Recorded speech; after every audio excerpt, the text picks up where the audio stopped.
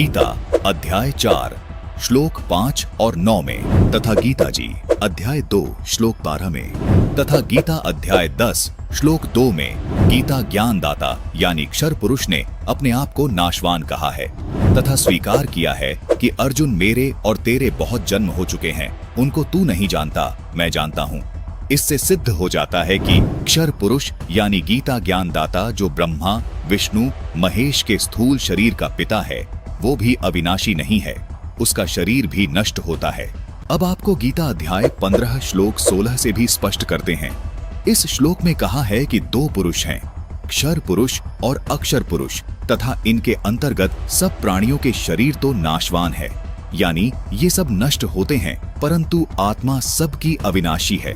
इसलिए ही रामचरितमानस में कहा है कि ईश्वर अंश जीव अविनाशी, चेतन अमल सहज सुखरासी, यानी परमात्मा का अंश होने के कारण आत्मा का कभी नाश नहीं होता।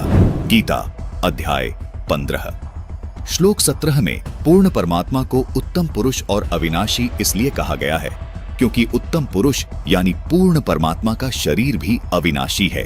इस उत्तम पुरुष को परमात्मा भी इसलिए कहा गया है क्योंकि ये पूर्ण रूप से अविनाशी है, सब आत्माओं का स्वामी है, जिसका शरीर भी कभी नष्ट नहीं होता। इस उत्तम पुरुष के लोक में किसी प्रकार का कोई दुख नहीं है, ये किसी को दुख नहीं देता, सिर्फ सुख ही सुख देता है।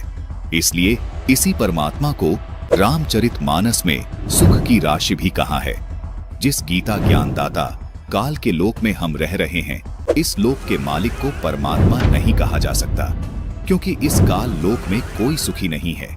इसलिए पूरी गीता जी में गीता ज्ञानदाता ने अपने को कहीं भी परमात्मा नहीं कहा, केवल उस उत्तम पुरुष को ही परमात्मा तथा अविनाशी परमेश्वर कहा है। वीडियो को पूरा देखने के लिए फैक्टफुल डिबेट्स यूट्यूब चैनल पर विजिट करें।